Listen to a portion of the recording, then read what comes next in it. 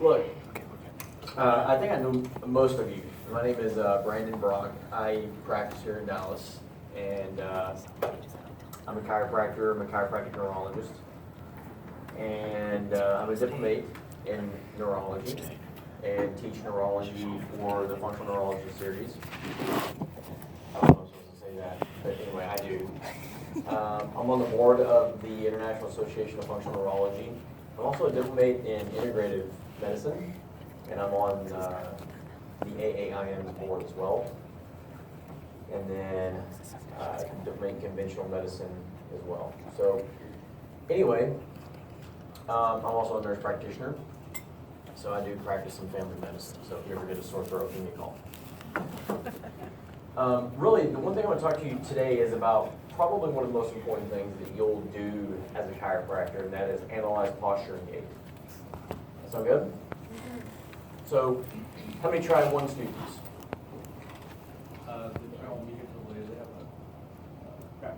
Oh, they have a practical. Okay. Let me, anybody like can try 2, 3, 4? Try 2. Okay, good. Anybody getting ready to graduate? Not here yet. Okay, so just got all kinds of different people doing stuff. Okay, that's fine. So I got time to really kind of go slow and to make sure you understand a little bit of this stuff and that you can actually apply it. And I've also got time to ask questions. I really don't mind if you ask questions. The rule for questions is there's really no bad ones, there's no dumb questions. You know, I believe that you know what? Sometimes it works, sometimes it doesn't. It's a small enough, intimate atmosphere to where you can ask questions. Okay? So, you know, life gets weird. It gets busy. How many of you think you're busy right now? How many of you think there's the potential to be busier when you get out of here? It does. It does. The reason why I say this is because I want you to understand just one critical point, and that is there's always, you have to continue to learn when you leave here. As painful as it is for me to say that right now, you've got to continue to learn. Because this place is really only going to give you a pass to get into the world so that you can determine what it is that you love and like and want to become really exceptional at. And here's, you know, I don't do a lot of practice management. My practice management is just try harder than everybody else. Okay? I promise you that. But what I want to tell you is the one thing that will make you successful is continue to invest in yourself. And I know, again, that's very hard to say after as expensive as this place is. I go to Duke University and it's half the price of this. So, Just facts. just facts, that's all. You will be busier, there will be excuses not to learn, and if you don't learn and you become stagnant, you'll become very unsatisfied in your practice because it will become routine. It will never evolve. Does that make sense? Mm-hmm. And if your practice does not evolve and you're doing the same thing day in and day out, I think there's some people that like that kind of monotony, but then most people don't like it because after a while, it's just not, it's not professionally fulfilling. You lose perspective on why you came here and took biochemistry. You lose perspective on why you came here and took differential diagnosis. You lose perspective on why you came here and really did anything. You feel like I could have learned maybe some of these things very quickly and just gone out and maybe started practicing. One of my goals as an educator is to integrate people to the point to where they don't feel that way. Does that make sense? In other words, I want you to really feel like your biochemistry and your learning of nutrition turned into physiology that applies to the biomechanics of what it is that you look at. And I want you to feel like the neurological information that you learned turned into processing systems, and the processing systems turned into the biomechanics that you look at and that you learn. And I'm saying this because it all boils down today to gait, and gait is biomechanics. That's what it is. There are no bones that move themselves. There are no muscles that move themselves. There is no resting position that happens without a neurological phenomenon. Even if you broke your back and now you have like a major kyphosis, there's still a neurological consequence to that. All right? So, here's what's been proven in the last, 8 months, let's say. That the chiropractic adjustment changes the brain. That research is better and more complete and accepted right now than an adjustment reduces a subluxation. Did you know that? We now have functional imaging evidence of that, of the brain changing. I am getting ready to publish a paper that shows that what we do as integrative practitioners, and I'm not talking about drugs or surgery, I'm talking about a receptor-based therapist, whether you're adjusting somebody, you're using an activator, or using light or sound, that it reduces concussion pretty much better than anything else. You know, and so I need you guys to understand that what you do is neurological driven. And things that are neurological driven are integrated into the nervous system, and then the output of the nervous system is something that can be measured, right? Maybe it is measured in a subluxation, which I'm not saying I don't believe in, I'm just saying there's really not a lot of research on it, okay? There's research on inflammation of segments, there's research in fixation, there's research in this and that and the other. But what I want you to understand is there are certain output mechanisms that you can monitor, and gait and posture is a big one that really signifies how the entire nervous system is doing. Okay? So, for what you're doing, this is applicable. This is not some crazy lecture on how many nutraceuticals can you use, for inflammation and stuff like that. This is, if somebody walks in and looks a certain way, what do you start to think? So if you look at the title of this, I believe the title of this is, really, what do you know about the person before you even examine them by the way they walk, talk, act, and look? Make sense? This is called your intuition, and this is called your observation. And for those of you that are a bit empathic, this goes really hand in fist with that. So, I think it's probably the best topic. I mean, I know that starting pretty soon I'm moving into a house and I'm putting a little area in there where I'll have some people over and just teach adjustments, because I really want people to learn how to adjust and do some other things. But right now is a great time to just say, okay, a person walks in and this is how they look, this is how they talk, this is how they walk, what do you think? Let's draw it out on the board so that you can sit there, and the second somebody walks in on day one in your practice, you can start to draw some conclusions about what that person is going through. Maybe it's emotional and they're flat and they're hurting. Maybe they have an orthopedic injury, so they're not moving well. Maybe they have a neurological problem, so they're not moving well. I want you to be able to kind of sift through that so that you know what you're looking at and what you're treating. All right? I don't know what biomechanics you guys are taught here. I know you're taught about, movement of the spine, movements of the limb. But what I'm going to give you is, I practice 5 miles from here at one location. And I'm just, what we do every day, just going to go through it. Do your arms swing when you walk? Do you shuffle? Do you step? Do you slap? Do you trip? Do you list to one side? Is your face flat? Are you hunched? Do you have head forward posture? Do you have arm swing? Are you hypotonic? Are you spastic? These are all things that if you don't know, what you're going to end up doing is this. And so this is momentary soapbox time. You're going to say this: screw all that, I just adjust subluxations. Okay, do you understand the dichotomy of what I just said? You've got somebody with a bunch of neurological problems or orthopedic problems or dysfunction that you need to know, because what we do as a chiropractic practitioner changes those things. But if you don't want to learn those things and how to have an impact on them, your fall to is I just adjust subluxations and hope that everything falls into place. Okay, So I've been out of school now 20 years. It doesn't work that way.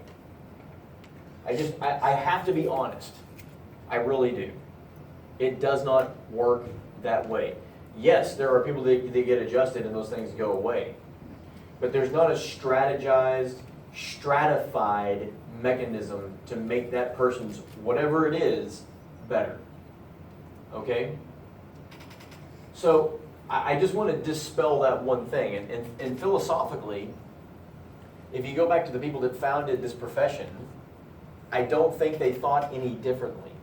I think what's happened is the profession has evolved and revolved into this, let's put it in a box, and if you touch a place and it hurts, let's just move that bone to try to reduce pain, and then you're not allowed to think about the nervous system. You know, there's litigation going on right now where there's literally boards saying that what you do has nothing to do with the nervous system. It is actually kind of comical, because how in the hell do I activate a bone movement or a muscle or even a ligament and not have a neurological consequence? In other words, it defies everything, even in Gray's Anatomy. And I'm not talking about the show, even though it defines that as, you know, it misdefines that as well. So, get out of, you know, and you've heard, some of you have heard me say this before, you know, really, I think that I was in this box when I left here, and then I realized that if I jumped out of that box and started looking around and finding some, like sniffing around a little bit, I realized that this profession is a lot cooler than I thought it was. And it's not that I ever thought that it wasn't cool, but I realized I could do a lot more with what I had, and there was more that I could learn. I've spent more money on continuing education than I did here, and a lot more time. So that shouldn't scare you. This is a lifelong journey, okay? And I take the time to tell you this because I don't get the time to tell you this as students. And I think people want to hear reality. I'll give you anything about reality you want to hear. I have no practice management seminar. I don't run the school.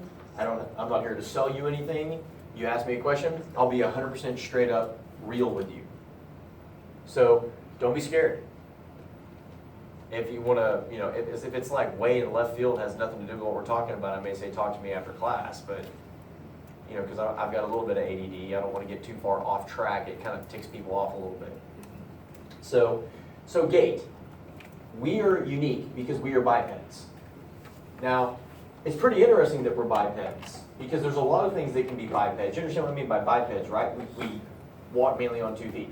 Like a polar bear. You ever seen a polar bear stand up? They look just like a human. They can stand straight up. But that's not how they prefer to walk. They still prefer to walk on all fours. They have a different brain.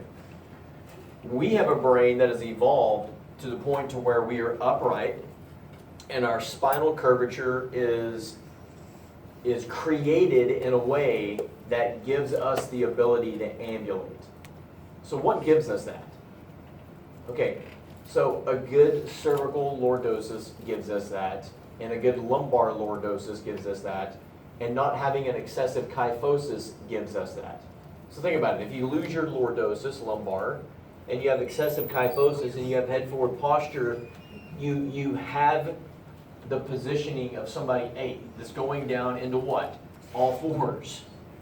So they're losing humanism, and they're going to a lower state of neurological function, which is kind of an animal.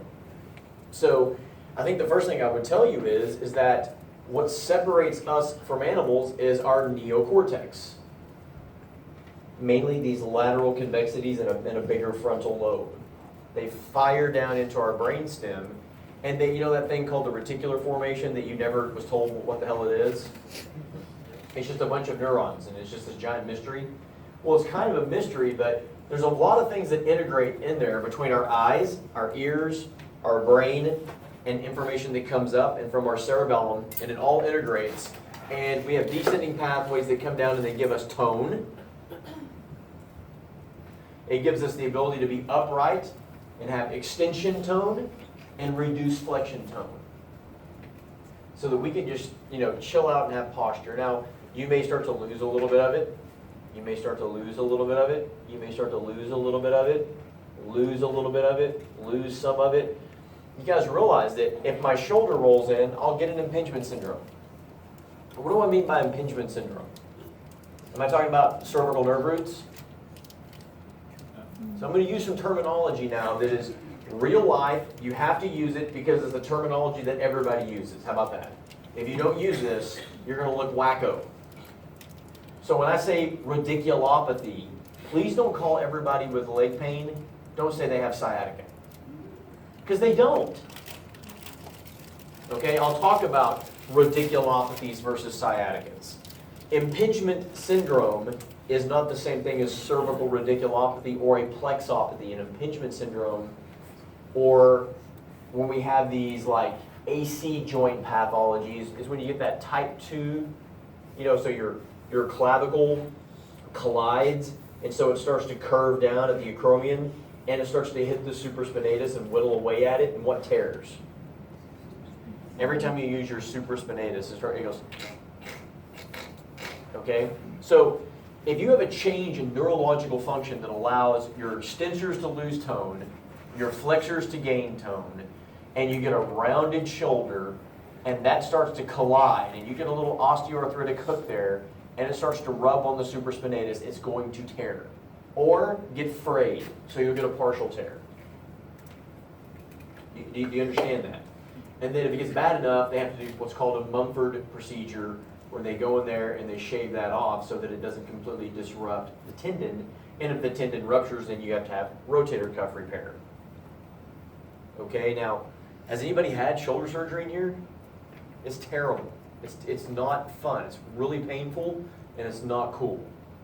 So if somebody comes in with a posture like this, it matters. I'm exaggerating a little bit, okay? But if they come in with these things, you need to start thinking, okay, I've got an orthopedic issue. The orthopedic issue tells me what joints are breaking down because of the biomechanics that are led by the neurological mechanism. So let me just kind of give you a little thing here. So we have a neurological mechanism here. Let's just make it simple. And that controls joint movement. And joint movement makes biomechanics, right? And when biomechanics break down, we get pain, we get altered movement, we get pathology that can be related to subluxation, it can be related to whatever. But this is where you live. So this is the orthopedic component. So people come out of a chiropractic paradigm and they say, I am an orthopedist, I do orthopedics. Okay, but let me go back and say, okay, great.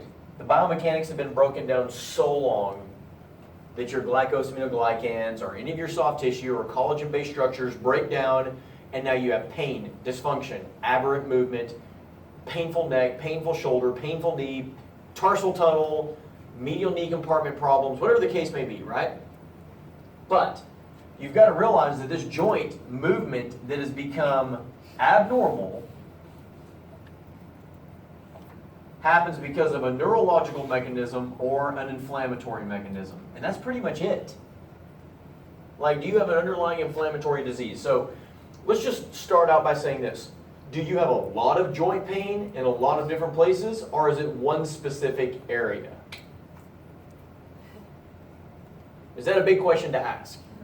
Yeah, it is. Now, if somebody gets polyarthralgia, could it start in one place and then migrate? Yeah. So now we come to the point of, do labs matter? Now this is a bone of contention between a lot of different groups, some of them even neurological groups. Do labs matter? Well, do labs matter to this story? It's not a trick question. Huh? 1000% yes. Okay, so Jason, why do you say that? Because it's really nice to know systemic information, even if you're looking at a local problem. Okay, great. So he's saying, I want to know if there's systemic inflammation. Okay, so let's say for a second, there is systemic inflammation. Do you need to know that? Because by the way, what is the one thing that can sabotage your chiropractic care? Systemic inflammation. Why do you think every little seminar in the world is popping up on controlled inflammation, help joints, all that stuff? And you know this, right? They come to campus, they come and talk to you, and by the way, I think they've got something going there. But you realize that medical practitioners have been dealing with systemic inflammation since like the invention of penicillin. So it's nothing new. It's just the chiropractic world is finally figuring out that yes, I can reduce pain, but if there's a continued, unreduced systemic inflammatory response, my pain is going to come back after that large diameter blast, and then everything kind of calms back down and those small fibers creep back up. You get that? So, we have labs, we have an orthopedic component, we have a neurological mechanistic component, we have, are your joints moving correctly? Does all of that together equal good biomechanics? And if all of this stuff is working well, you are functional. There really is no functional neurology. There's just, all of neurology is functional. There is no functional orthopedics. It's all functional. What I want you to do is be able to do this. Okay, here's my problem. Maybe it's a joint. Did 1 cause it? Did 2 cause it? Did 3 cause it? Did 4 cause it? These are possibilities, like neurological changes, inflammatory changes, Chuck Norris kicked me in the face changes, whatever the case may be. And then maybe there's number 4, which is something that's not related, that is impacting all of them. Do you see now the complexity structure? This is not the complexity of what you're learning in school. This is the complexity of real life. Somebody comes in, they don't walk right. And because they don't walk right, their joints are breaking down. And they're not walking right because their nervous system is altered because they have a neurodegenerative disease. They have a neurodegenerative disease because there's a genetic component, but it's being sped up because they have inflammation. And they have inflammation because they have autoimmunity. And they have autoimmunity to their thyroid. It all connects together for one thing. Can you get rid of their shuffling gait? So that they don't hurt their ankles, translate on their mortise joint, translate on their hips, and start getting more and more and more head forward posture. So now do you see the layers? How many of you guys have made that dip? You know, it's got like some guacamole and some sour cream and some beans and some, you know what I'm talking about, right? Okay, that's what you're dealing with. It's 7-layer dip. How many layers are involved in your patient? If you can figure those layers out and make a change in each of them, your chances for success of making that patient happy, and by the way, define happy, they can do their day-to-day activities better, they don't feel as bad. It's that simple. I'm going to cure anybody. Everybody is going to die, and we're all headed that way. I just want you to be able to be as functional as possible from here to here. Okay? So when I say, okay, we're going to talk about gait, issue number 1.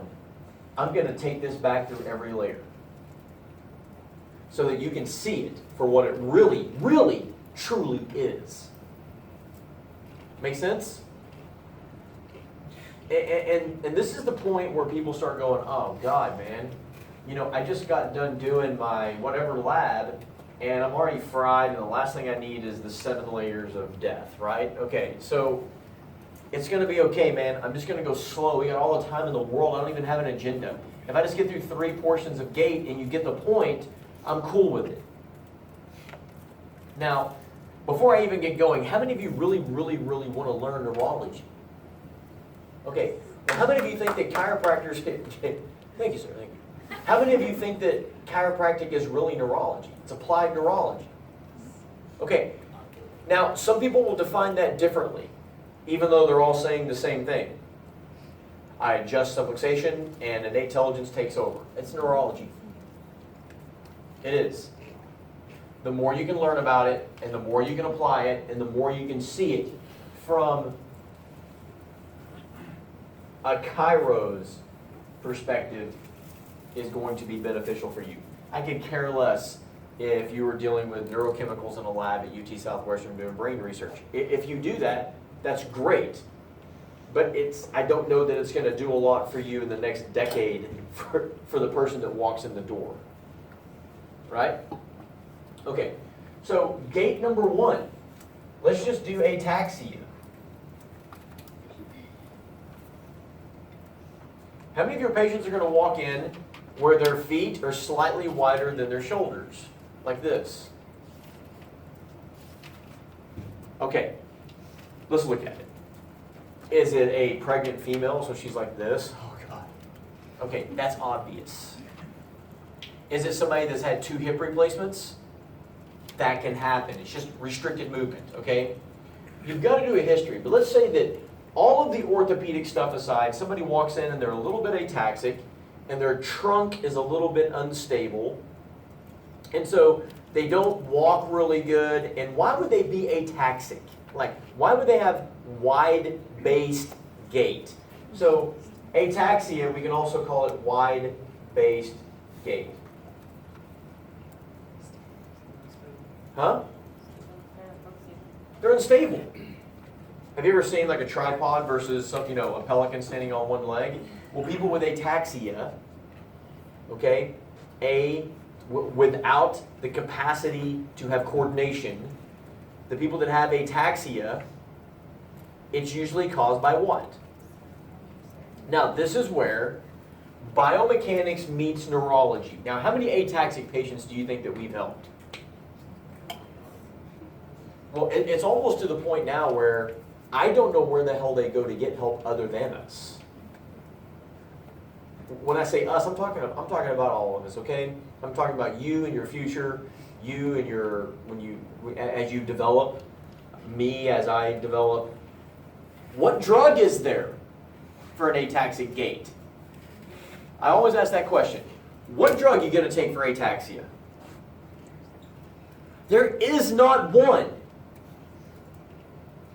There may be some drugs that, take away some of the anxiety, or somebody has muscle spasticity, they can take away the muscle spasms, but there's not a drug that says, hey, let me fix you, ataxia. So I'm going to ask you a question. If there is nothing that medicine offers other than a diagnosis, and we have something that has been proven time and time and time again to give them back some function, why in the world are they not coming to us first? Now that is a trick question. You know that answer is political. And it's also a lack of knowledge. And it's also this. You've got people that are learning neurology, learning how to put this stuff together and talking the talk, but they don't go talk to politicians, they don't go do testimonials, they don't do any of that stuff. But you have the people who say this, adjust it and everybody's good, and they go do all the testimonials, and we look like nutbags. I'm going to be real honest with you. I've testified probably 15 times. Like, I can't even go to Austin now without getting an ulcer.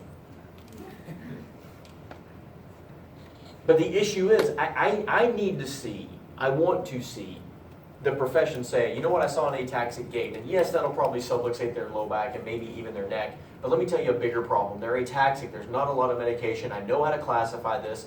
I know how to do the labs. I know how to activate the brain to maybe reduce their ataxia, to make them more stable so they don't fall, hit their head, get a subdural, go to the hospital, and it costs $200,000 to fix it.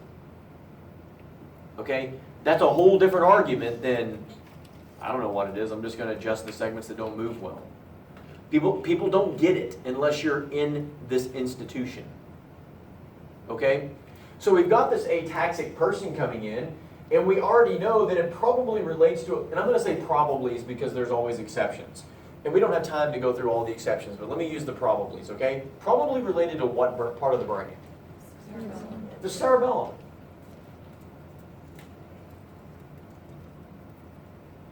Okay. Cerebellum.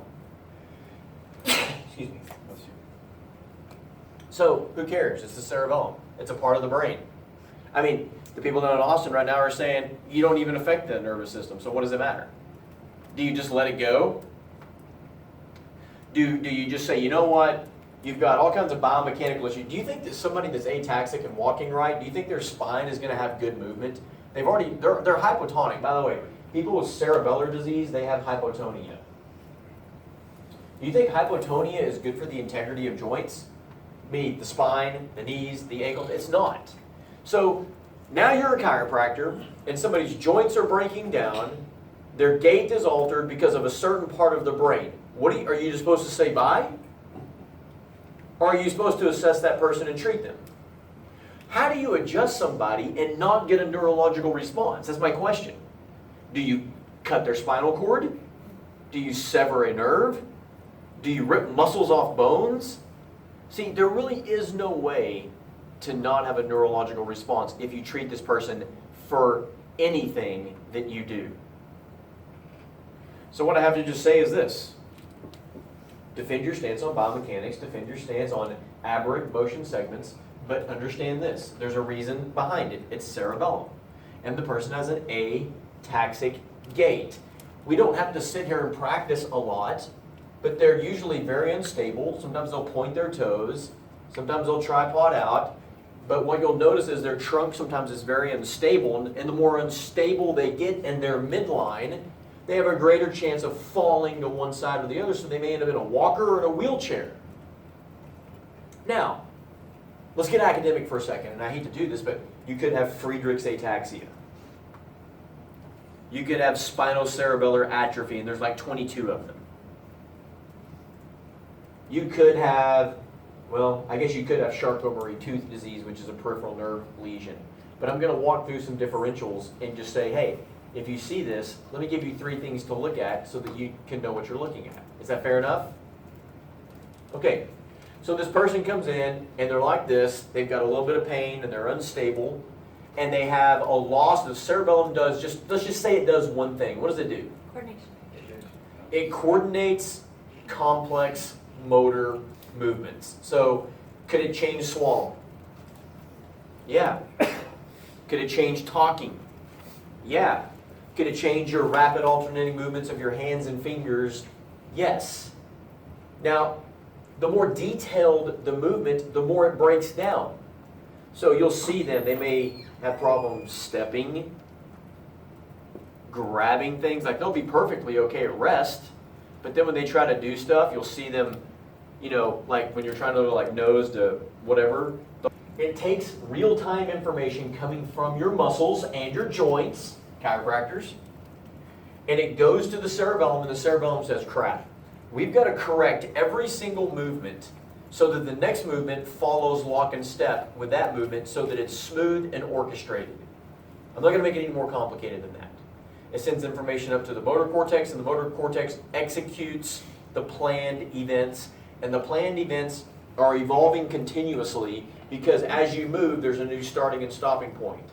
So if my cerebellum is working really quickly, my starting and stopping points happen so quick, it's smooth, and it goes right to where it's supposed to go.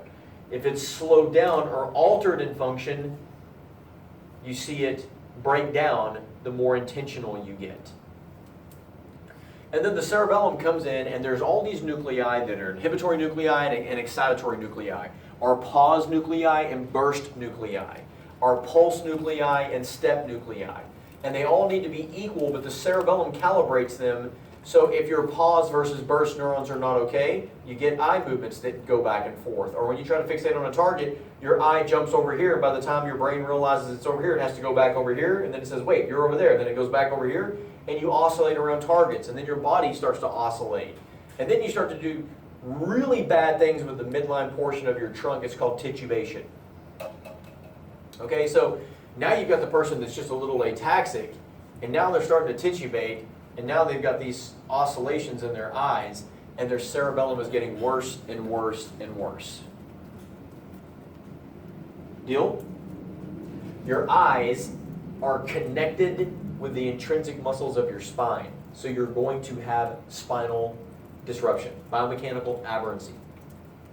It's going to go down to your lumbar spine, biomechanical aberrancy. It's going to give your legs coordination, biomechanical aberrancy. It's going to give your arms coordination, biomechanical aberrancy. So let's forget about the nervous system and come over here to the joint stuff, and you see this and say, man, your ankles are breaking down, your knees are breaking down, your spine's breaking down, you're hypotonic, you have bad posture, all this stuff together, and your gait is ataxic. Boy, this looks like it could be cerebellar in nature. Let me just start adjusting you. Maybe it works, maybe it doesn't.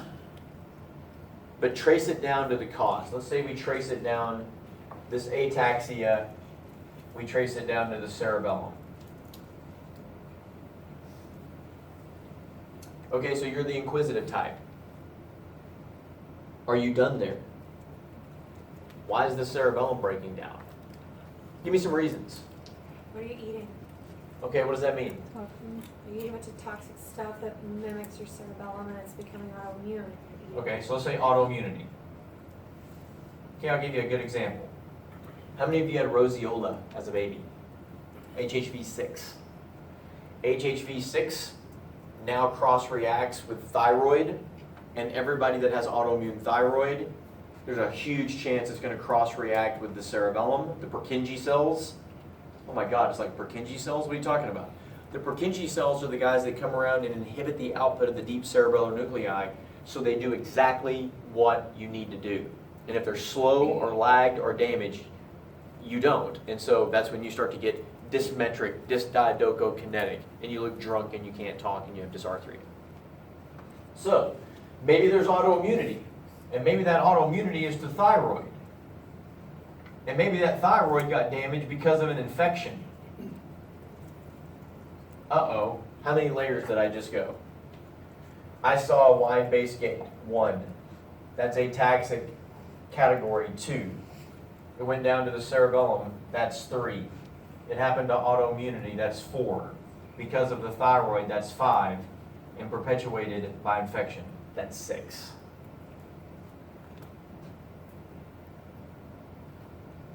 Uh-oh, now I'm telling you real life. This is real life. So, are you infectious disease doctors? No, but there is no medication for HHV6. It's all nutritional. Check. Thyroid. Maybe they need medication treatment, but they always need nutritional. Check. Autoimmunity. There is medication, but there's also nutrition. And by the way, can I lead this back to a subluxation or biomechanical problems? I just did. So if anybody asks you, what the hell are you doing out here? Well, because I'm over here. This is me. But all of this stuff is affecting this. So I in my mind, I have a right to it. I better find out about it. And then I can refer you off, and then whenever they say there's nothing to do, then what do? Let you sit there? It's a tough question. Okay, it depends on which legislator you're talking to. Now, the cerebellum is the most plastic area. It doesn't matter what you do, it's going to change with synaptic connectivity, even if you're not wanting it to. If you're going to go bowling, you're going to have a cerebellar change. If you're going to take a test, you're going to have a cerebellar change. So to say that you don't do something to change the cerebellum is like defying the laws of neurological principles. So now you say, wow, man, this ataxia has really hurt your hips, and it's hurt your spine, and it's reduced your range of motion, and now you have muscle spasms, and in some areas you have hypotonia. Is all of this stuff you learn in school, right here at Parker? Yeah. But then you go back and say, but you've also got this ataxic gait that I don't like. And I know this ataxic gait is related to the cerebellum, which I don't like. And I know that the cerebellum can be impacted by a number of things. It can be impacted by, I had whiplash and now I had fixation and now I'm damaged. It can be affected by that. But it can also be affected by inflammation. It can be affected by heavy metal toxicity. It can be affected by genetic changes. It can be affected by autoimmunity. So my question to you is, how many layers deep do you want to go when that person walks in and they go like this? Hey, Don, good to see you. And you go, ataxia, cerebellum, I know you're breaking down. Is it genetic, inherited, infectious, autoimmune, damage, trauma, tumor? What is it?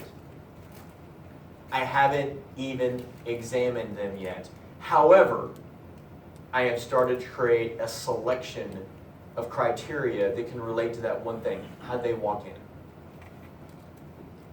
Are you starting to see the point of what I'm talking about? I don't care that you know all this right now.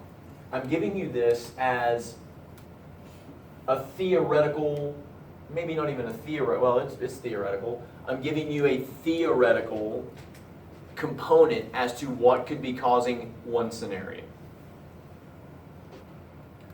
It will take you time to get there. You don't learn this overnight. You don't even learn it by going through one program. Hope to God you're going through a program that doesn't just say the cerebellum is always fixed by activating it. Whenever I have two friends right now writing a dissertation where they have proven in a lab, see, because we kind of got wise on this and we started saying, you know what? Everybody's saying that nothing affects the cerebellum but afferentation changes or tumors. So we started doing our own original research and we found this. Plastics that bind with albumin, when you heat them, make bisphenols, it goes right to the brain, attaches to the cerebellum and damages it. Don't do it if you have MS. We have found this. Thyroid, 100% if you have Hashimoto's and TPO antibodies, cross-reacts with the cerebellum. If you have it, understand it. So what I'm trying to tell you is this. There are other issues that are impacting the cerebellum. So look at this. We've got subluxation, and there's doctors that say, that's all that matters. Let me take it a step further. We have functional neurologists that say, we just look at the brain. As long as we fix that, that's all that matters. There's no difference in the cognitive dissonance between the two. None. There isn't. And then you have people that say, okay, cool, they both exist. Now what? Is there another reason as to why both of these may be present? And if there is, should I or should I not check that out? The layers get deeper as we learn. There is no perfect practitioner, but what there is somebody that's integrated enough to dig deep enough and say, I finally struck gold. This person, they came in, and what they didn't tell you because they didn't think that you cared and you didn't ask is that their hands are cold, their feet are cold, they're losing their hair, they're losing their eyebrows, they're gaining weight, and they're constipated. Does any of that matter to your biomechanics? That's a dang good question. Person has all these non-biomechanical complaints. What did I just describe to you? A thyroid issue. The person has every complaint of thyroid, which their family doctor has missed over the last 50 visits. And they walk into your office and you're the biomechanics guy. My question is there any possible connection between the two? You bet your sweet student loan rear it is. So now when you look at this, you go, oh my God, you're ataxic. Oh my God, you got biomechanical changes. Wow, there's subluxations all over the place. Wow, there's dynamic muscle imbalance between flexors and extensors everywhere. Woo, you're hypotonic. Wow, your range of motion has changed. Ooh, you're titubating. You have a cerebellar issue. Oh my God, we already know that. Now you've got all these signs of hypothyroidism. But let's just ignore that because I only do this. Or, I don't really think the subluxation means anything. It's just a reflection of abnormal movement. Let's just fix the nervous system. So you're this. Or you become sort of an integrated practitioner. And by the way, I'm not trying to force my belief system on you. I'm giving you reality right now. Reality. You have this plus this equals an integrative approach, and now you finally have an answer as to why you are doing what you're doing. Do you think somebody just comes up ataxic because innate intelligence said, I don't like you? Seriously, let me ask you that question. I'm always a challenger. And the reason why I'm challenging you is because I want you to think in terms of reality. Do you think you're ataxic because innate intelligence doesn't like you? No, you're ataxic because you drink 1/5 of Jack Daniels a day. Do you know what that does to the cerebellum? I have people that come in, this year alone I've had at least 10. They come in, they're ataxic, and they've got busted petechiae on their nose, and I go, here comes another alcoholic. Me. And they sit down and I'm like, hey, how much do you drink?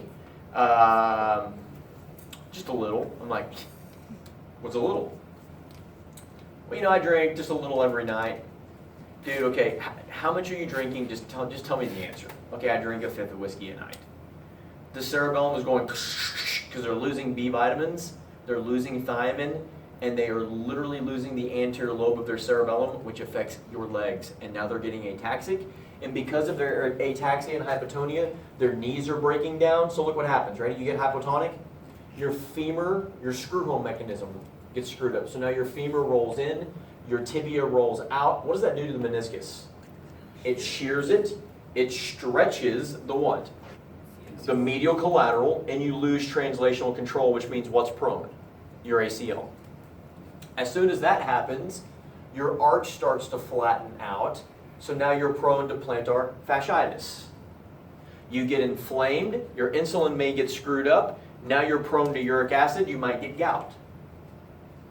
The inflammation turns systemic, Dr. Jason, and so what happens is, now you have systemic inflammatory insult to the biomechanics that are already jacked up because of this cerebellar phenomenon. So anytime you see something, you have to ask the question, why? Will everybody just at least promise me you'll ask that? Why? Don't just say this, doesn't matter.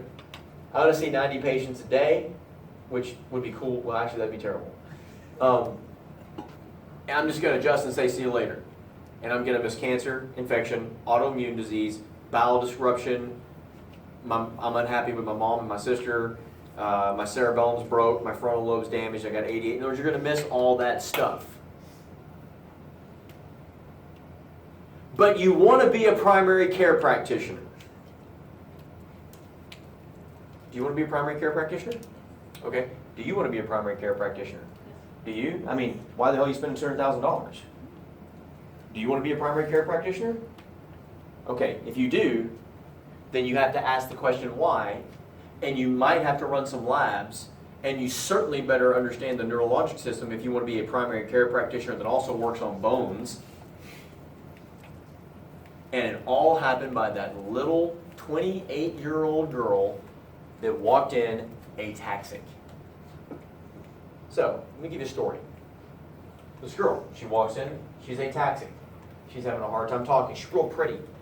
But why do you think she's struggling right now? Seriously, vanity is amazing. Why do you think she's struggling?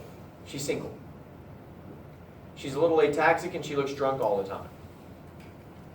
So she can't get a boyfriend. And it's hey, let's face it, it sucks, right? People don't want to be single for the rest of their life. They don't want to not have a mate, okay? So look, she's like, I'm just falling apart, I can't. And she looks intoxicated. Cerebellum. I go, you have cerebellar disease. We imaged it. It was shrinking.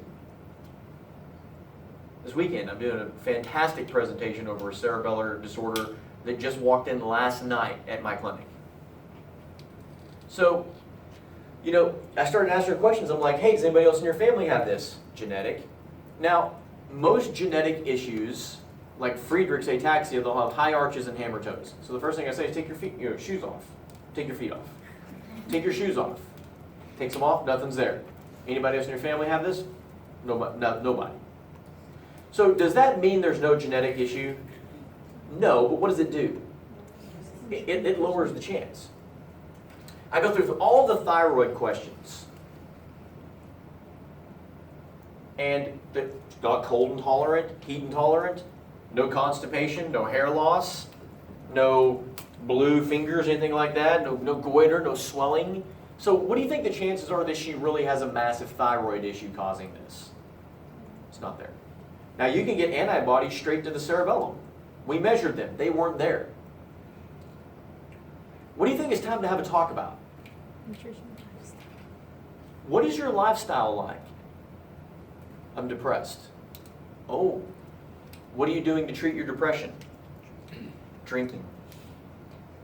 How much are you drinking? Here we go. And I didn't say it. Okay, here we go. How much are you drinking? I'll probably have to ask you 4 times before you tell me the truth. So just tell me the truth the first time, because I don't care, man. I just need to know the answer. I drink every night. How much? A bottle of wine. How long have you been doing that? 4 years. Okay. What does she have? A alcohol-induced cerebellar disorder that is creating, now guess what, your cerebellums connect to your frontal lobes, like directly. She was slow and coordinated, was getting a flat affect, was getting slow speech, and now was kind of stumbling around.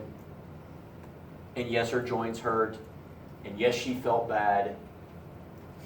And I could have pretended all of that didn't exist and just said, I'll just adjust you so that you'll move better. Or I could sit down and say, why do you have cerebellar disease? What's going on? She is now a recovered alcoholic.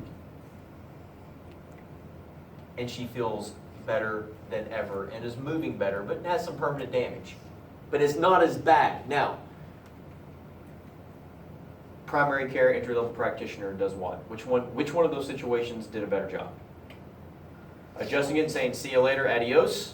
Or somebody that went back to the problem and said, okay, look, you have an ataxia, you have a biomechanical breakdown, you have cerebellar damage, let me run through my list of things. Boom, it's this one. You admitted it. I checked her, she was thiamine gone. Do you think that has an effect on your biomechanics? Yeah, darn right it does. Gave her some thiamine, gave her some cerebellar activation after she was stable, got her off the booze. Yes, she got adjusted. Yes, she got everything else. And I sent her to a medical neurologist to say this. You might want to get genetic tested. I don't want to do it because it's going to cost $17,000 and you're going to want somebody that takes your insurance that does it. So move on down the road. You've got maybe spinocerebellar ataxia, maybe Friedreich's ataxia. Athena Labs runs an entire cerebellar degenerative profile.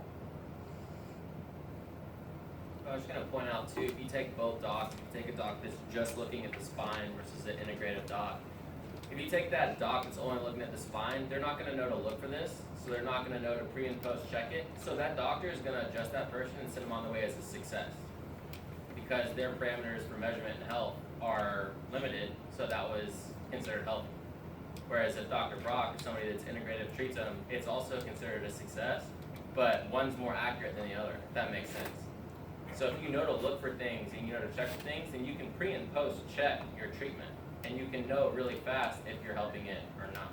So it's just kind of scary that one is also considered a success because they didn't even look for it. So let me ask you this question. What if we don't address her drinking? What's next? Diabetes, liver failure, relational disaster. I mean, do you understand how if you don't, yeah, the biomechanics are just the beginning of this nightmare. Okay, so look, gait. You guys wanted me to talk about gait. That's cool. I can show you all the gaits and then leave, and then you'll say, okay, this guy walked around funny for 2 hours. Or I can say, here's one, let's talk about it, then we'll talk about another one and discuss it. But I'm always going to take you to the why, and I'm always going to take you to the source as deep as I know it, and I pray that next year I can go a level deeper. And then the year after that, I can go a level deeper.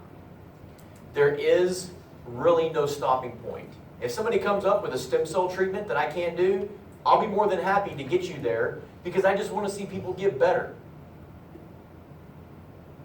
And the other thing I'll tie into this is, you do realize when you see this and you see this, there's a lot of that tied into it. A lot of ego. I fix everybody. I can do it. No, I fix everybody. I can do it. My answer is this. There's a lot of people I can't fix. I have had my butt whooped. I'm just going to be very honest with you. But every time I get my butt whooped, I usually learn something. So the next time, I become a little better. Are you starting to understand this mechanistic view of chiropractic that turns into an organic issue that can then blossom out into a lot of other things? And the only way to do it is this. Yeah, you got to understand some GI stuff because this person can have celiac disease, which cross-reacts with Purkinje cells. New paper just came out. New paper 2 weeks ago just came out that says this. For anybody that says that there is no problems with gliadin or gluten proteins, you are wrong. And now we have a stack of papers that says it cross-reacts with the cerebellum. We have a stack of papers that says it cross-reacts with the thyroid. We have a stack of papers that says there's 3 different types of tissue transglutaminases. One gives you skin problems, one gives you brain problems, one gives you gut problems. They all create inflammation, and Jason, guess what? They all activate your inflammatory markers that you were just talking about that compound your problem as a chiropractor by reducing joint pain. So, yeah, I might check foods, because guess what? The other thing this could be is a condition called gluten ataxia. And I think that's probably what y'all were getting at a second ago.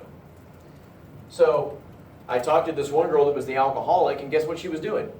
Drinking a certain type of alcohol that had gluten in it. So, I tested her for gluten. It wasn't there. That's not the problem. The problem was she had a Wernicke-Korsakoff syndrome. How many of y'all studied that and thought I'll never see it? Here's a good question. If I was a professor at this university, I would say, what is the connection between a Wernicke-Korsakoff syndrome and biomechanics of the lower extremities? One question.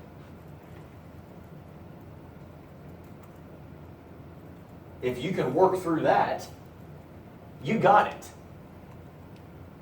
That's a whole lot different than saying A, B, C, or D, cerebellar disease causes what kind of gait? Spastic, slappage, ataxic, and you're like, oh, ataxic, and you just move right on to the next thing. You still have no idea how to treat it, what it did, why it's there, what's going on, or what could be compounding it. And by the way, could there be more than one factor creating this issue? 100%. It is integrated. I'm asking you to be a gastroenterologist quasi. Not by name, and don't say you're America's #1 gastroenterologist or thyroid doctor. You can't say you're better than anybody else in healthcare as a law, and don't say you're something that you're really not according to the medical system. So I think I know a lot about thyroid. I could say I'm Dallas thyroid doctor, and I would get slammed. Even as a nurse practitioner, I'd still get beat up. Don't do that. Just say, I do biomechanics, but these things relate to what I do. So you have your whole life to now go through the dip, the 7-layer dip. Because when that person comes in, if you don't ask questions and do a review of systems and do a metabolic and a neurometabolic and a neurological and a musculoskeletal assessment, you're going to miss all the good stuff. So, if you're a rheumatologist, you might catch it at the autoimmune end and then describe that to the biomechanical component. If you're a chiropractor, you may say, your biomechanics look terrible, and you may go backwards and find out the rheumatological condition. It doesn't matter. What matters is that the story of physiological looping and pathology gets explained to the point to where you say, you've got these 6 little stories going on. Let me see what I can do to intervene in each section. So do I feel like I'm talking to the nutrition club? Well, maybe. Do I feel like I'm talking to the neuro club? Absolutely. Am I talking to the orthopedic club? I sure am. Am I even talking to the motion palpation club? Yes. You see, everybody makes themselves compartmentalized. All this stuff rolls together. All right? Now, some of you are not going to like me for saying these things because you're like, damn. And some of you are going to say, this is cool. I remember sitting right where you were. And I had 3 different individuals that came and influenced my life, and they started making me think that, you know what, the hip bone really is connected to the knee bone. I remember it hitting me, and I remember thinking, in try 1, I was like, I loved it because it was science, and then in try 2, it started getting into biomechanics, and it was just, here's biomechanics, here is what you're starting to learn as your trade. And I remember thinking, why does this happen? And why is all this other stuff bad? Like, why is knee replacement terrible? It's not really that terrible to the people who get one and feel better. And then I just started, then certain people came in and started connecting the dots for me, and it started changing me in a way. And I was like, you know what? Cool, man, I know what my purpose is. My purpose is to integrate this. I love AK. I use it all the time. It's cool stuff. I really love neurology. My life is encompassed around it. I did go out and decide to get another doctorate degree that related to neuroscience. But that's just me, man. That doesn't have to be you. You're all trained to be clinicians. But, you know, if you want to teach, you're going to be a terrible teacher if you're not a good clinician first. You do realize that. The best teachers are the ones that have the cases where they can say, let me tell you what's in the book, but then let me tell you what really happens. Okay? How many have experienced this? You have, and I'm not saying anything about the teachers here. I don't even really know any, to be real honest with you. But you have that person and you know they practice like 3 days, but they're sitting there telling you how to do it. You're like, okay. And so you leave with a book full of facts, and then you go out and you're like, that, like Hoppenfeld. Nothing in the damn world looks like what Hoppenfeld says it does.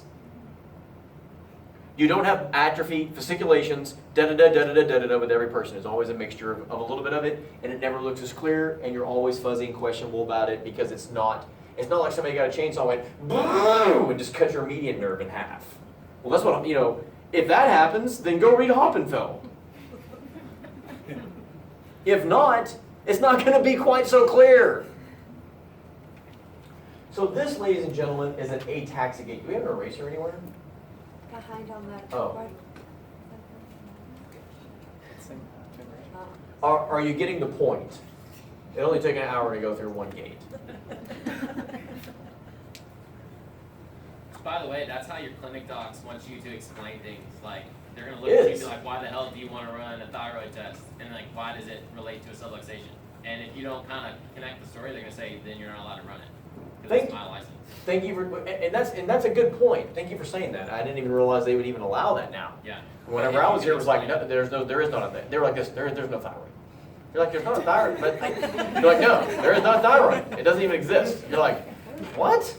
No. What about a prostate? Nope, doesn't happen, doesn't exist. Then why do you pee 87 times a day? I see you in the bathroom all the time, just because I like it. Prostate doesn't exist.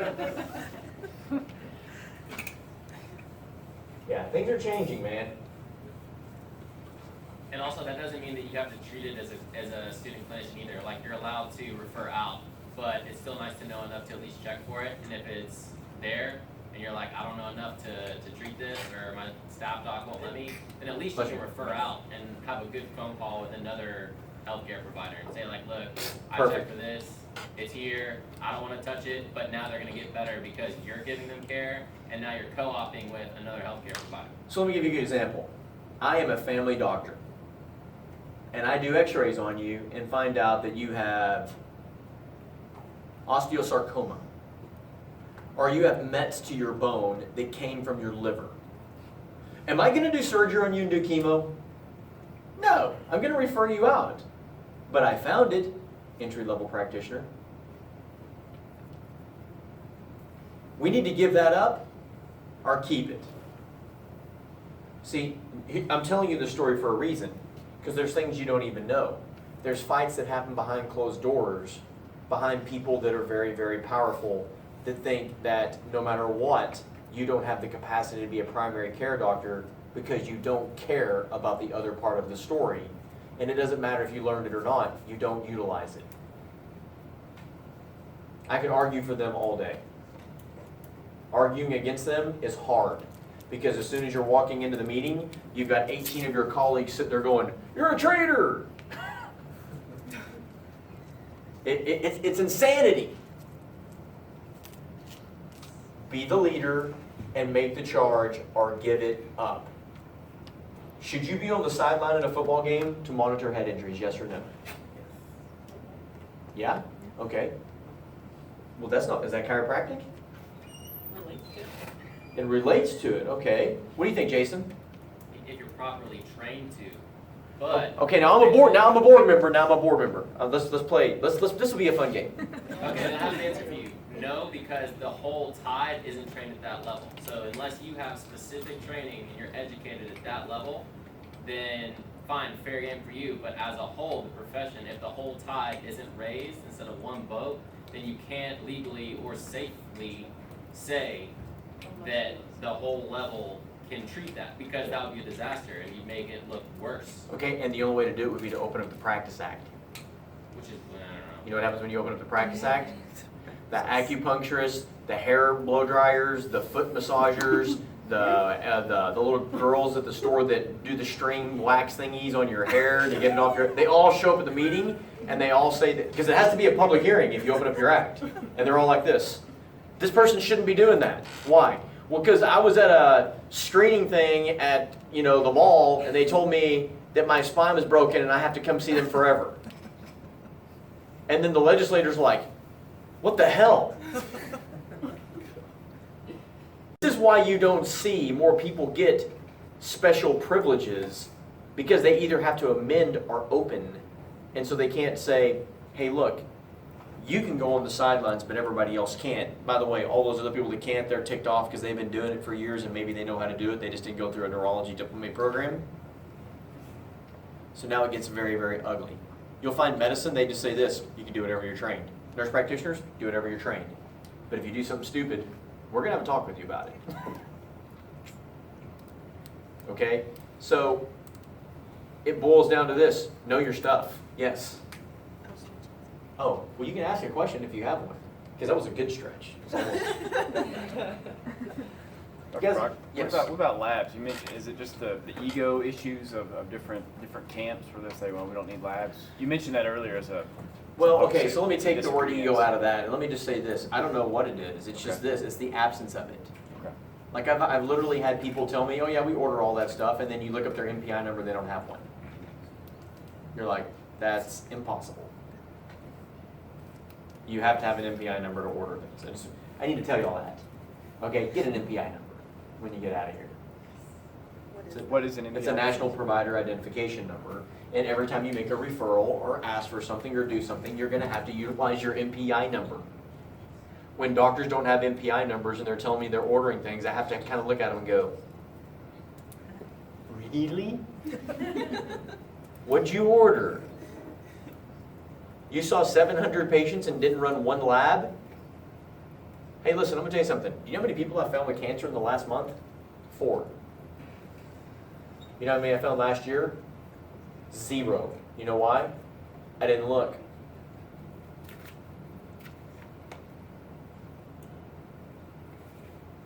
I didn't think it had anything to do with a chronically ill patient. It's only the #1 killer in the world, right? I mean, it was really simple. I just ran an oncoblot. It comes back. Very inexpensive. It's like $600 or $700, I think, but if you add it up to the price of all of your tumor markers, I mean, it's like $8,000. It's like a bazillion dollars. Okay, so this runs an enox protein that is about 97% accurate from what I can find. I have done everything I can to debunk it. I can't. I just can't debunk it. All right, so to your answer, I think a lot of it just has to do with knowledge. I mean, if you can see it in a paradigm and you're not scared to step into that paradigm, you'll do it. If for some reason maybe your legacy is built around something other than that, stepping into that would be heresy. That's a painful thing for me to say. I don't care what my legacy is. I just want to get somebody better. And that's not me trying to be super humble. It's just the truth. You've got to figure out why you're here and why you're leaving when you graduate. You really have to figure that out. And if you think that treating somebody that has a massive anemia and has one of these neurological problems, if that anemia doesn't matter, you are sadly mistaken, because they will not get better. Guys, I had a person that came in with bipolarism the other day as an ancillary thing. They had hemochromatosis. Okay, what's hemochromatosis? Huh? Yeah, she has a genetic accumulation of iron. Do you know what the literature says about what hemochromatosis does to mental function? It creates bipolarism. I actually found a paper on it. Now, I'm going to spin you, dunk you underwater, hang you upside down, flip you all around, blow air in your ear, kick you in the rear, stick my finger up your butt. You've got hemochromatosis, man. That's what you have.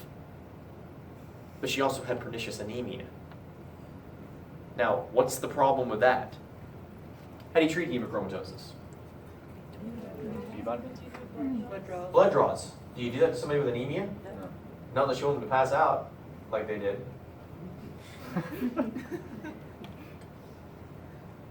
But her problems were neurological. She didn't come in and say, God, my iron is so high I can feel it. Damn, my hemoglobin? That stuff is so low, I don't even know what to do with myself right now. No, she came in and said, I don't feel right. Like, my mind is scrambled, I don't feel good, my joints hurt, my body's aching, I don't feel well. When her ferritin was, when she had sky-high iron, and her iron binding capacity had not gone down, like with iron overload, I was like, she has hemochromatosis.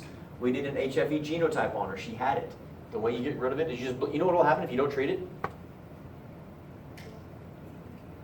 It can be fatal. So my question is this, is it relevant? Is it easy? It's easy to see, guys. It's part of your look, we have a comprehensive bio. We just run it on people. And iron is one of the markers. When it's super high, what do you got to ask? What do you say? Why? If the iron binding capacity is down, it's iron overload. If it's not, it's probably hemochromatosis. If ferritin is up by itself, all of the other iron is normal, that's an acute phase reactant, you're inflamed. Those three things have saved a lot of patients in my office. Simple lab things that everybody in, I erased it. But remember these two camps? They should know. They really should. You run blood work on every patient that comes to you? Nope.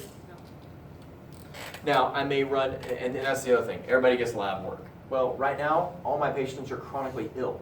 So what am I supposed to do? Oh, yeah, okay. No issue. Okay, I got you. Okay. No, in other words, we don't get any slow pitches anymore. So a lot of our patients get blood work. The question is, do they all get the same blood work? And the answer is no. Not even close. The blood work is usually tiered. Like, okay, I saw this on this level. This is cheap. It's not a big deal. We saw it. Now we go to this level. And then we go to that level. And then when you start adding it all up, you get that story around the story. See, it all boils down to this. The person will come to see you because of what they think you're good at. And if you're a chiropractor, they think you're good at musculoskeletal things. Right? And maybe nutrition and maybe some other stuff. It's your job to then work from there. If you're a rheumatologist, they come to you because they know that you're good with rheumatological conditions. But guess what? Those symptoms that they're seeing you for might fall in her camp as well. So where are you in terms of scope then? Your scope is this. When there needs to be drugs, when there needs to be surgery, you find somebody you can work with. Seriously. You don't want to do drugs anyway because you're not trained to do medications. I mean, why would you want to write medications if you're not trained?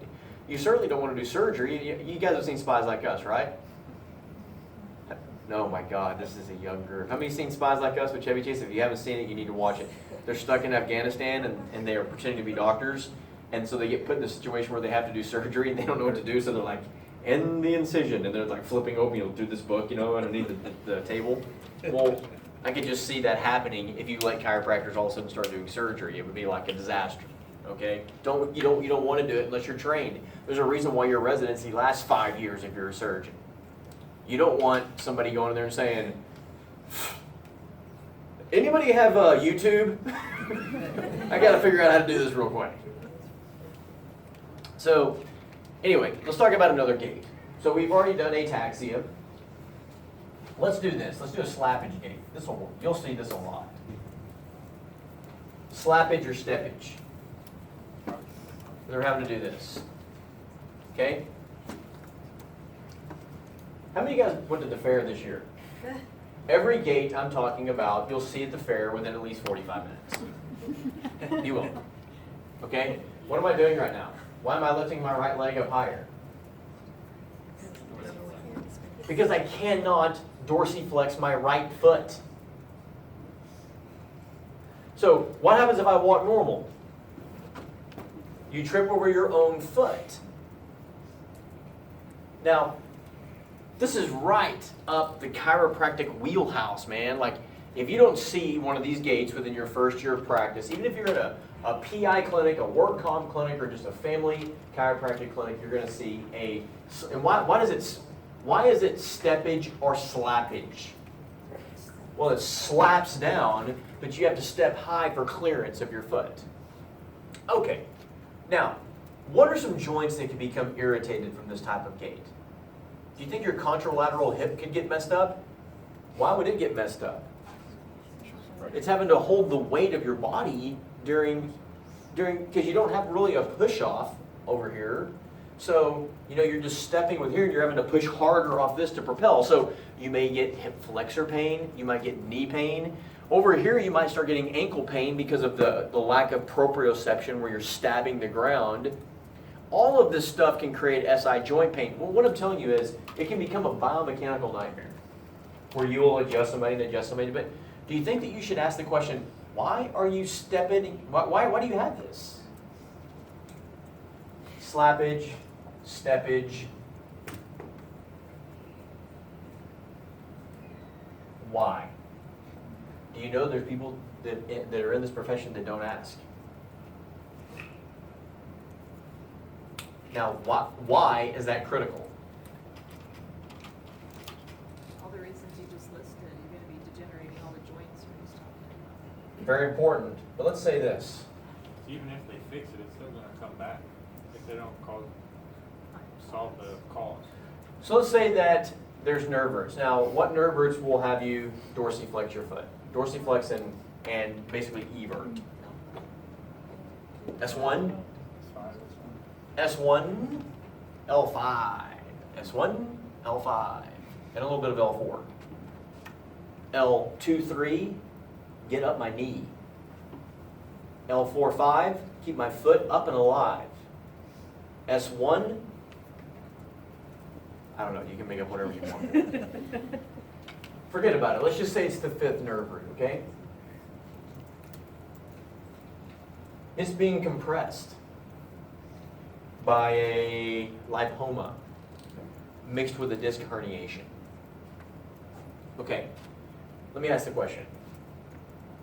What's more important here, a thyroid panel or an MRI? By the way, is an X-ray going to show this? No. Nope. Not going to show it. Is it an MRI? Yeah. So listen, guys, when somebody has this gait, you don't say, I'm going to do an MRI and assess your nerve roots. You just say, you know what? I don't think X-rays are really going to be the best thing for this situation. I think we probably need an MRI. And you do an MRI, and there's a big fatty growth and a big disc herniation, and you've got congenital narrowing of the neuroforamina, and now you guys realize that each one of these nerve roots, so here's a nerve, right? It's made out of these little fenestrated things before they go into the cord. What are they called? They're called radicals. Radicals. So when you get hit at the nerve root, it's called a radiculopathy.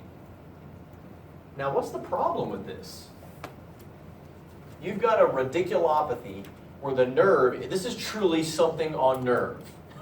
I know that, you're taught subluxation is bone on nerve. That creates wall area degeneration, and you do look like what Hoppenfeld says. You're not taking bone off nerve, okay? If you are, that's amazing. But you're probably not. you're probably afferentating a system that's creating a neurological phenomenon. But let me ask you a question. Why is it important to know if this is occurring? Why do they already have a slappage gait and a steppage? The nerve is dead and it's dying. What happens to muscles when the nerve is dead and dying? It atrophies, but you didn't find it and you didn't look for it. And now the person, let's say this spreads. And this is S1. And by the way, the lesion's up here. And so now here's S1, here's S2, here's S3. And it starts to hit all these. And now the person's starting to get a little shakiness in their bowel and bladder function. By the way, cauda equina doesn't just walk in and you're like, whoa, you're peeing on the floor like Linda Blair. It doesn't happen like that. Most of the time. But these muscles start to denervate very slowly. And what happens as they denervate? They die. Now, how easy is it to grow back muscle? Impossible. It turns into fibrotic tissue. So you're like, hey man, I'm just going to release the subluxations. But I don't care why you have a steppage gait. And the person continues to get a smaller leg that gets weaker, a smaller leg that gets weaker, and you missed the whole thing, and now they are completely dysfunctional. It's gone. The muscles are gone. Whose fault is it?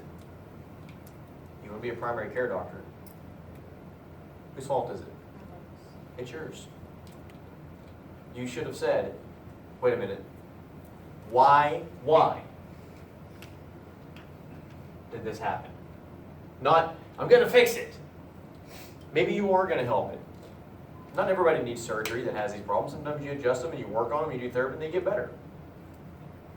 But what if that person has advanced active denervation? So what are 2 tests this person needs? 2 tests. Needle EMG. They need a needle EMG. The needle goes in there and it determines if there's active denervation potentials. And if there's a bunch, then you have a lot of nerve damage. And then you can do an NCV and you can see where it's entrapped or damaged, maybe your F wave or whatever. What's the other test? Right. An MRI. So you do this and you see entrapment up at the top, active denervation, muscle atrophy, weakness. See you later, you're going to see a surgeon. I'm not going to adjust you until the lipoma disappears. It's benign. It could be a neurofibroma that's growing in there. It could be a lot of whatever. Maybe I'm just giving you examples. Okay? Unilateral, low back pain. You don't check it out, and now what happens is you run an enormous liability and an enormous risk. And they came in, I guarantee you, when somebody comes in and they start doing this, you're like, oh crap. MRI, EMG, I got to do it. I remember when Brock talked about it. And you'll find it like that, and you'll save that person. And if it gets decompressed or fixed soon enough, guess what comes back? They come walking in like this. This is cool. Oh, and by the way, I've still got back pain. Can you help me with that? I've still had a deactivated right leg, which has changed my left brain. That can cause some problems. I mean, there's all kinds of things for you in your sphere. So sometimes you ask why and get answers, and you say, I can help that. Sometimes you do that, you get answers, and you say, I'm not your man for that. This person is. And as soon as you give this to that person, they say, wow, this is one of those chiropractors that knows what they're talking about. It's not quite like that. I mean, it can be. I've seen people get unilateral cauda equina syndrome where it only hits one side. The S3 nerve root. Or, lower. So, anyway, what I'm telling you is that if it's bilateral, you've got to start thinking this. Is it something systemic like polyneuropathy from diabetes? I've seen diabetics get it. So I have a chiropractic neurologist come to my office 2 weeks ago. And I go, why are you here? He goes, I'm a mess. We start looking into it, his blood sugar was 370. He had burning pain in his legs, and his thighs had atrophied away.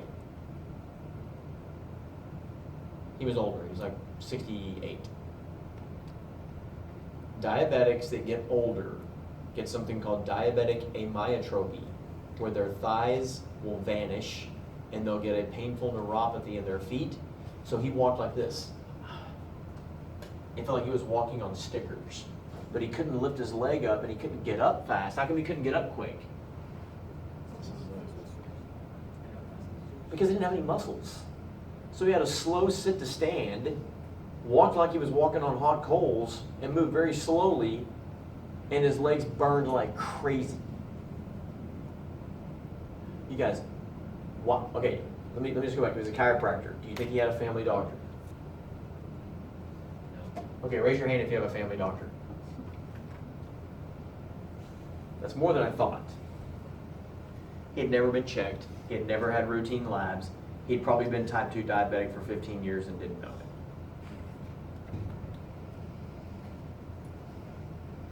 Could have been totally avoided, more than likely. You see?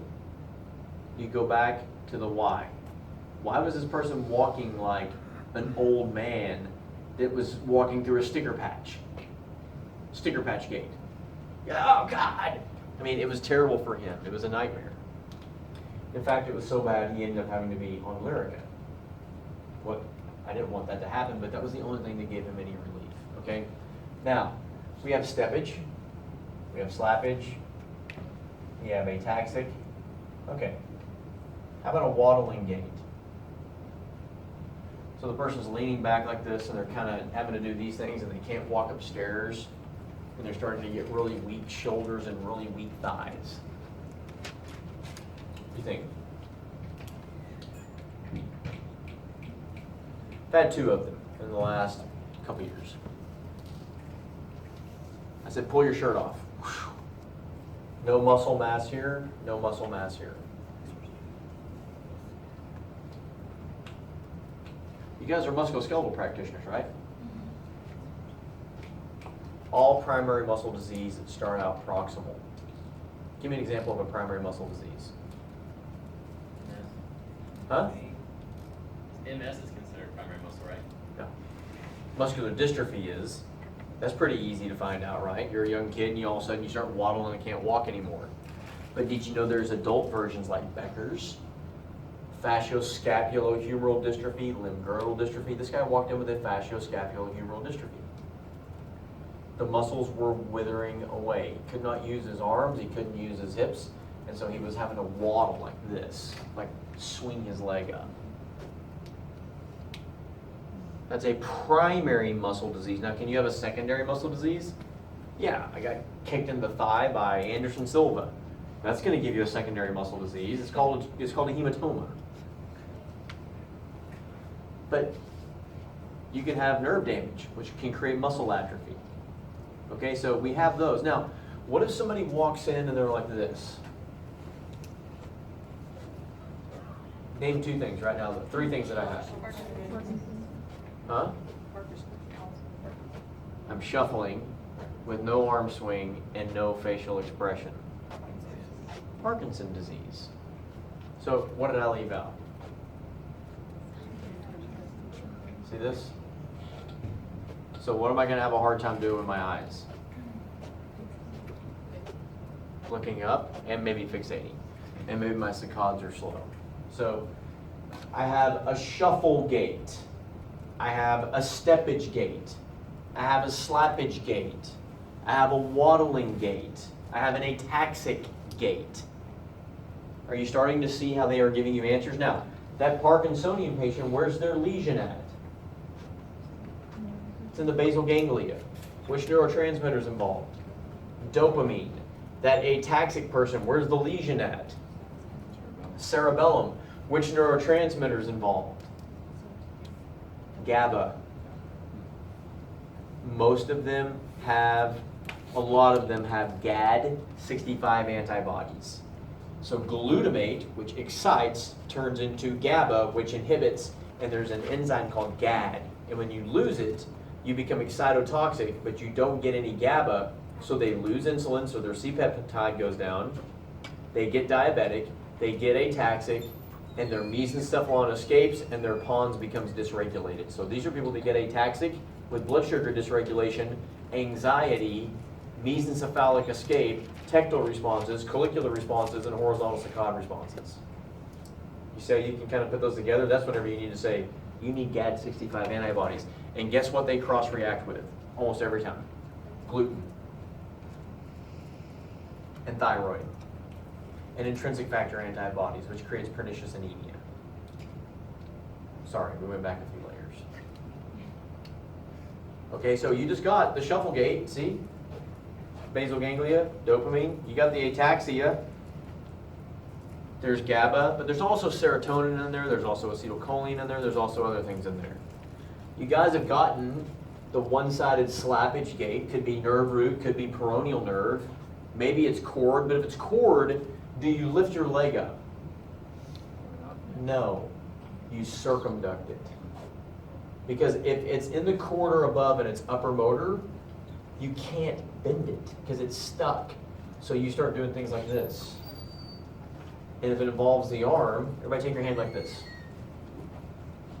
Stick your thumb in here, close your fist, do this, bring your arm up like this.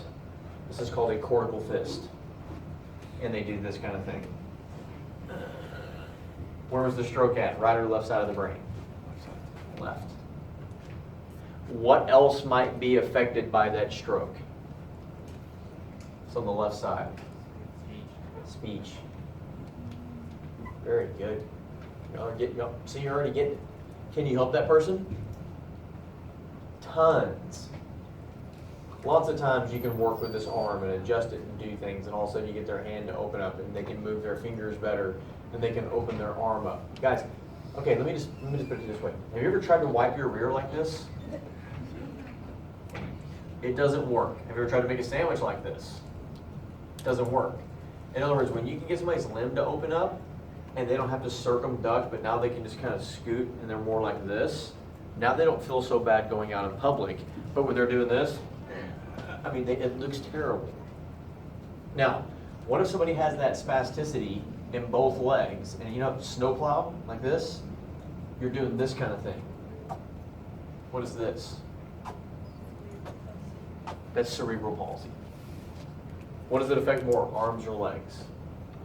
Legs, okay? Some people will have it in both.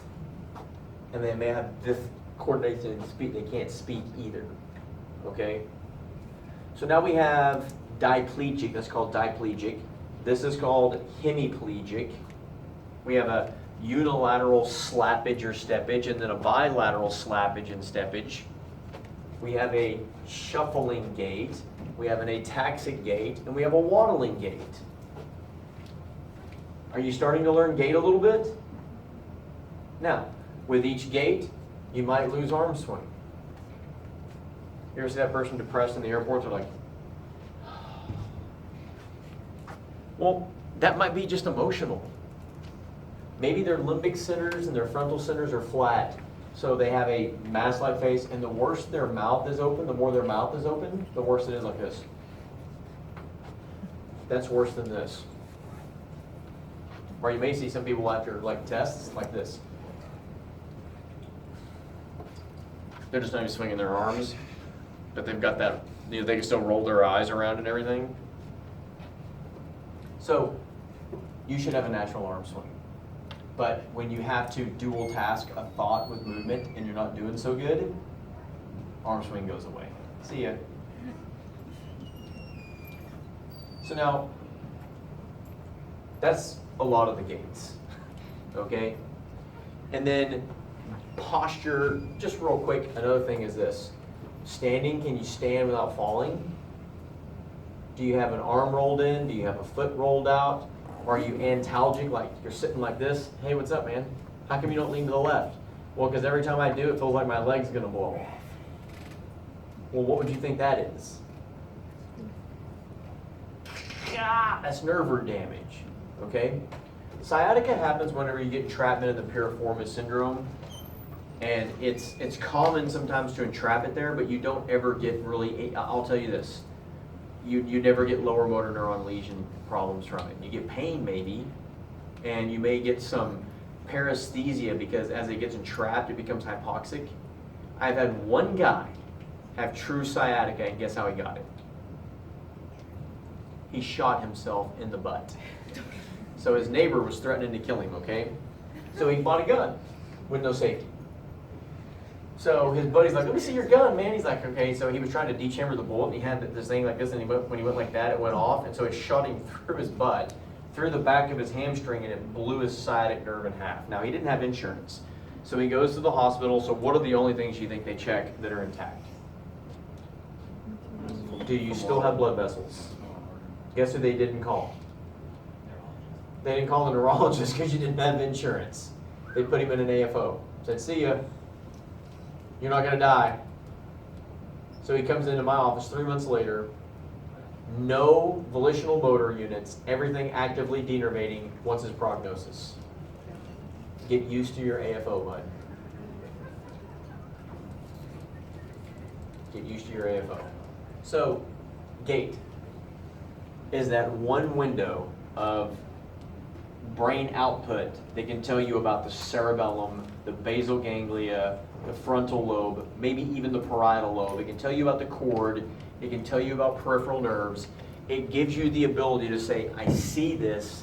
Now I immediately know what to ask. And then when I get that answer, I have to go back and say why. And when you do that, it's a beautiful exercise in integration. And that's Gait. And the Gait talk is not about Gait. The Gait talk is about this. A connecting to B, connecting to C. And I hope that all of you are kind of understanding that. It will take you some time. Go pass your RAD exam today, okay? Worry about Gait a little bit later. But figure out this, one last tip. And it doesn't matter to me if it's neurology, AK, nutrition, whatever it is. You figure out what makes you happy. What gets you all giddy inside. And then remember this, the thing that makes you giddy, if you compartmentalize that, you're just going to be you're going to be compartmentalized because you cannot disconnect physiology no matter what you do. If you do, the amount of people that you help is never going to pass 65%. If you start to integrate all of it, you'll hit the 80s, maybe 90s. Cool? Can I piggyback off something that you're saying? Really Please. quick, coming from a student is, we're all students in the room, right? So sometimes you have to physically take off the chiropractic student hat where you're drowning, where you say like, this is hard, this is more than we're learning. You have to take that off and then put on like your chiropractic ethics hat. Where you're like, is this important, right? If you have that hat on, it's a really easy question, is this important to know? I thought that was one of your best talks I've heard ever, and I've heard you a lot. Wow, So thanks. tying things together and just saying like, isn't important? Yes. So sometimes where you feel like you're drowning in school, you're like, oh my God, I've never heard it explained like that. Take that off for a second and just ask yourself a really simple question. Is this important? Is this gonna help my patients? And I think all y'all would answer yes. And there's a ton of people in here from different groups and you're all super driven and I'm kind of preaching to the choir. But I think that's a huge step sometimes. When you're a student, your head's down, you're just trying to like come up out of the water sometimes. But if you guys have questions, I'm like, I don't even know where to start. He's got a website, we've got a website, he's got functional neurology seminars, which is this weekend. We've got books that we can recommend. We've got Mastering Brain Chem that's coming up. We have infinite sources that you guys can learn from. So if you guys are like, when's Dr. Brock speaking next? Ask us. If you're wanting to know books, we've got answers for you guys. However you guys learn best and whatever you guys want to learn, ask us. Don't walk away and go, dude, that was a lot of stuff. I don't even know where to start. That's the opposite of where we want y'all to be. Yeah. So get plugged in somewhere, and this weekend would honestly be a great start because we can be doing it for free. This weekend is going to be a journey into the ice. Somebody just give it to me right now. Listen, yeah, thank you for having me in. I will say this, there's a lot of groups to learn from. There's good neurology groups. I've been parts of all of them. We're not the only ones. Hey, I just love neurology, want you to learn. Thanks for having me in. Everybody, pass your tests, don't do drugs, drink lots of beer, and whatever else may come your way. See you.